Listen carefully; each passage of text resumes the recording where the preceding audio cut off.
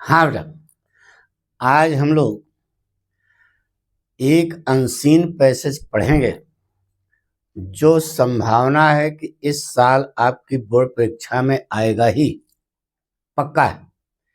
इसलिए इसको बहुत ध्यान से सुनना बेटा, मोस्ट इम्पोर्टेंट है। हमारी बात सुनो तो, और इसको कैसे कॉपी पे लिखोगे ये सब हम बताते हैं बेटा। वैसे हम कॉपियाँ आपको दिखाते हैं यहाँ पर, जैसा कि हमने आपको बताया बेटा कि हम सारी चीजें एक एक सारे क्वेश्चन आपको यहीं पर हल कराएंगे। आप लगातार इसको देखते रहिए, ठीक है। और इसे शेयर करिए, सब्सक्राइब करिए, जितना ज़्यादा से ज़्यादा हो सके अपने दोस्त यार से बता सके, ठीक है। तभी तो हमको हमारा भी मनोबल बढ़ेगा ना बेटा। तो आप आइए शुरू करते हैं, ठीक है। क्वेश्चन है, read the following passage carefully and answer the questions that follows. पहले जो आपके सामने स्टेंजा अब है उसको पढ़ करके समझना है बेटा। और जब तक समझो, कंप्रेंशन माने ही समझना होता है बेटा। तो जब तक आप उसको समझोगे नहीं तो जवाब क्या दोगे? अंधी मार के जवाब नहीं देना बेटा, समझ करके जवाब देना। चलें शुरू करें।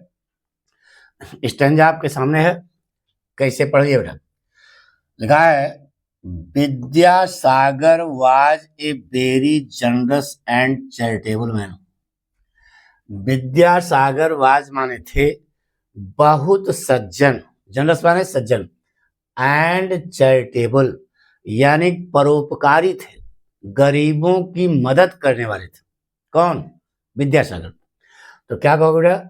विद्यासागर एक बहुत सज्जन और परोपकारी आदमी थे। कोई कठिन है क्या? ठीक है।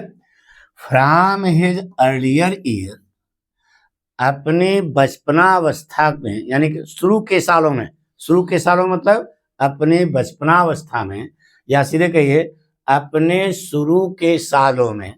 अर्लियर माने शुरू के, ईयर्स माने सालों में। तो शुरू का साल कौन होता है? बचपनावस्था होता है। अपने शुरू के वर्षों में ही वह हेल्प द पुअर, हेल्प माने मदद करते थे, द पुअर माने गरीब, एंड द नीडी माने जरूरतमंद लोगों के, to the utmost of his power, अपनी पूरी सामर्थ्य से। यानी कि अपने शुरू के सालों में, यानी बचपना अवस्था में ही वह अपनी पूरी ताकत से, पूरे सामर्थ्य से गरीबों और जरूरतमंदों की मदद करते थे। कौन? विद्यासागर, ठीक है। एज ए बॉय, एक विद्यार्थी के रूप में, एट स्कूल, स्कूल में, स्कूल में एक विद्यार्थी के रूप में, he often gave some of his little food, he माने वह, ऑफन माने प्रायः, गेव माने दे देते थे, some of the little food थोड़ा सा भोजन दे देते थे। किसको? To other an other boy, दूसरे लड़के को, हु हैड नन, जिसके पास कुछ खाने के लिए नहीं होता था। जिसको ही हैड टू, जिसको उन्हें खाना होता था, उस खाने को वे दूसरे लड़कों को दे देते थे जिनके पास कुछ होता ही नहीं था। समझो ध्यान से। At a boy, as a boy at school, school में एक लड़के के रूप में वह प्रायः कुछ खाना दूसरे लड़के को दे देते थे, हु हैड नन, जिसके पास कुछ खाने के लिए होता ही नहीं था। जिस खाने को ही हैड टू इट, उन्हें खाना होता था, उसमें से दे देते थे। ठीक है, लिखा बेटा, इफ, यदि, if one his school often, school fellows fell ill, यदि उनके स्कूल के साथियों में से कोई बीमार पड़ जाता था। इफ माने यदि, वन हिज स्कूल फेलोज यानी उनके साथियों में से कोई बीमार पड़ जाता था, तो लिटिल ईश्वर, छोटे Ishwar Chandra Vidyasagar, would go to his house, उसके घर जाते थे। Would go to his house, उसके घर जाया करते थे। सिट बाई हिज बेड, उसके बेड के यानी बिस्तर के बगल में बैठते थे। एंड नर्स हिम, नर्स माने सेवा करना, और उसकी सेवा करते थे। क्या कहा बेटा? यदि स्कूल का कोई साथी बीमार पड़ जाता था तो छोटे विद्यासागर उसके घर जाते थे, उसके बिस्तर के बगल में बैठते थे एंड नर्स हिम, और उसकी सेवा करते थे। When he grew rich, जब पैसे वाले बन गए, When he grew rich, जब वह पैसे वाले बन गए, तो hundreds of poor widows and orphans were supported by him. जब वह धनवान बन गए, when he grew rich, जब वह grew rich यानी पैसा जब बढ़ा, तो जब वह धनवान बन गए तो सैकड़ों गरीब विधवाओं और आर्फन माने अनाथों, सैकड़ों गरीब विधवाओं और अनाथों की उनके द्वारा सपोर्ट की गई, मतलब मदद की गई। जब वे पैसे वाले बन गए, when he grew rich, जब वे पैसे वाले बन गए तो सैकड़ों गरीब विधवाओं और अनाथों की उनके द्वारा मदद की गई। अरे पैसे वैसे है, ठीक है। His name became a household word in Bengal. His name माने उनका, कहाँ के थे? बंगाल के। His name माने उनका नाम, became माने हो गया, a household word घर घर का शब्द इन बंगाल, यानी उनका नाम बंगाल में घर घर का शब्द बन गया था, यानी कि हर घर के इंसान की जुबान पर उनका नाम हो गया था। वही लिखा बेटा, His name became a household word, उनका नाम घर घर का शब्द बन चुका था। कहाँ? इन बंगाल में, यानी घर घर के हर घर में सबकी जुबान पर उनका नाम था। रिच आर पुअर, गरीब अथवा अमीर, हाई आर लो, ऊंच अथवा नीच, इससे मतलब है गरीब हो, अमीर हो, ऊंच हो अथवा नीच हो, अलाउड हिम आल लव्ड हिम अलाइक, सभी एक समान उनसे प्रेम करते थे। गरीब अमीर, नीच ऊंच, सभी लोग उन्हें एक जैसा प्यार करते थे। आल लव्ड हिम अलाइक, सभी लोग एक जैसा उनसे प्यार करते थे। No beggar ever asked him for relief in man, भिखारी के द्वारा मांगी गई राहत, बिगर माने भिखारी, इवर आस्क फॉर मांगा जाना, यानी भिखारी जो उनसे मांगता था, राहत मांगता था, वह इन वैन, वह कभी व्यर्थ में नहीं जाता था। यानी कि गरीब के द्वारा उनसे मांगी गई राहत कभी व्यर्थ नहीं जाती थी। अगर कोई भिखारी या गरीब उनसे मदद मांगता था तो वह मदद व्यर्थ नहीं जाती थी। देखा बेटा, ही वह would never have a porter at his gate, porter माने दरवान, वह अपने दरवाजे पर कभी दरवान नहीं रखते थे। He would never have a porter at his gate, वह अपने दरवाजे पर कभी कोई दरवान नहीं रखते थे। क्यों? लेस्ट माने कहीं ऐसा न हो कि सम पुअर मैन, कुछ गरीब आदमी, who wish to say him, जो उनसे मिलना चाहते थे, शुड बी टर्न अवे, वापस चले जाएं। यानी कि वह अपने गेट पर कभी कोई दरवान नहीं रखते थे। क्यों? कहीं ऐसा न हो कि कोई गरीब आदमी जो उनसे मिलना चाहता हो वापस चला जाए, कहीं ऐसा न हो। ठीक है, तो इसका मतलब पूरा समझा गया ना, पूरा स्टैंजा। अब इसको आप अपनी कॉपी पर कैसे लिखोगे, यह पाठक स्टाइल होगा। देखिए, पहले तो आप लिखेंगे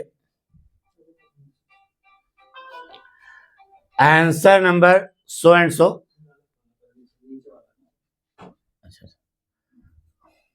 हाँ बेटा, पहले आप लिखेंगे answer number so and so, जो भी आपका नंबर है, बगल में लिखना कंप्रहेंशन क्या या अनसीन पैसेज। ठीक है, अब उसके बाद हिंट्स लिखना, हेंस में आदि और अंत लिखना पड़ा, विद्यासागर से लेकर के अभी तक। ठीक है, अब उसके बाद एक एक क्वेश्चन पढ़ो और जवाब दो।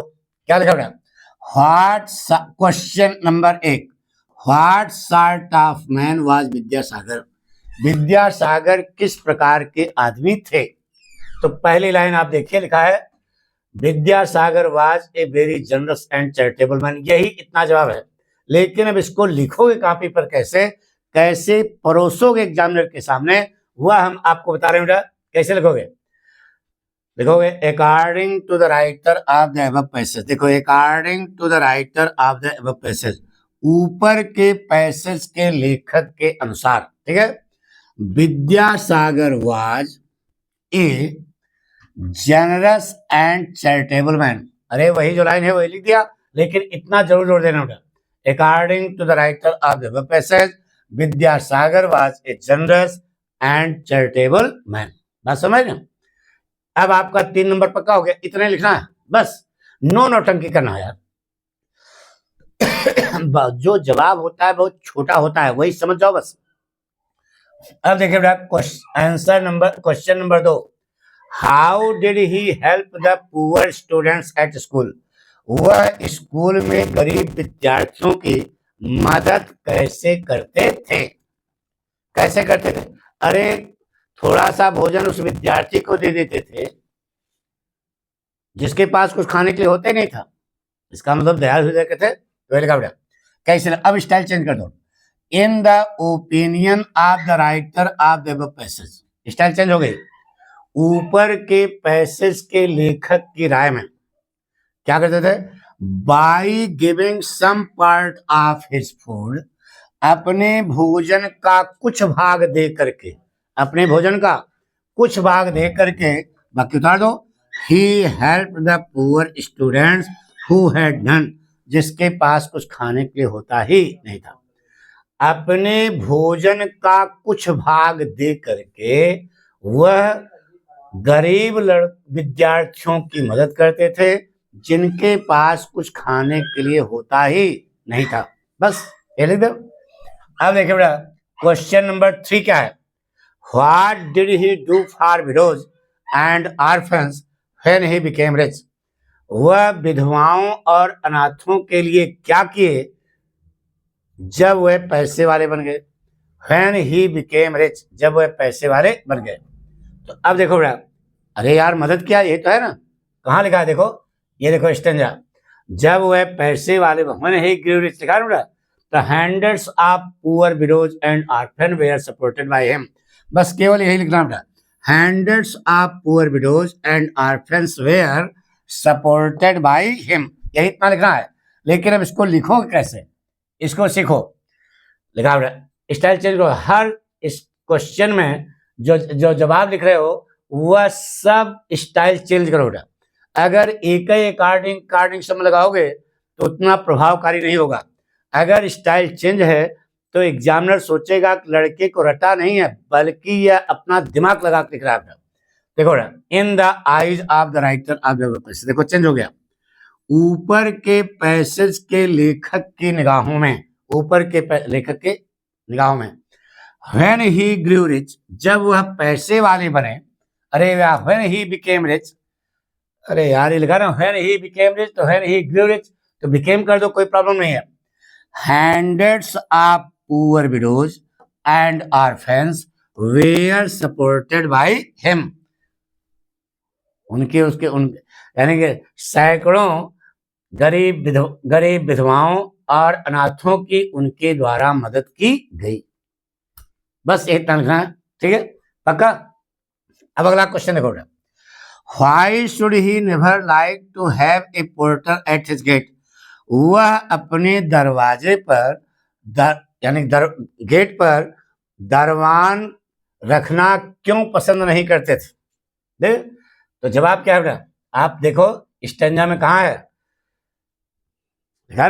कि lest some poor man who wish to say him should be turn away, यही है। बाकी आपको क्वेश्चन उतारना है, he would never have a porter at his gate lest some poor man who wish to say him should be turn away, बस यही लिखना है। अब लिखने की स्टाइल देखो बेटा, चारों क्वेश्चनों में स्टाइल अलग अलग हो चाहिए। In the view of the writer of the above passage, ऊपर के पैसेज के लेखक के दृष्टिकोण में, ही वुड नेवर लाइक, देखो क्वेश्चन से बेटा, ये देखो क्वेश्चन है, ही वुड नेवर लाइक, देखो रे, to have a porter at his gate, तो ये लगा दिया, he would never like to have a porter at his gate है, वही लगा दो आगे question. Lest some poor man who wished to see him should be turned away, बस यही इतना लिखना बेटा। कि इस प्रकार से अगर करोगे तो आपको पूरे, अब 12 नंबर पक्के हो गए, 15 नंबर का क्वेश्चन आता है, 12 नंबर पक्के हो गए।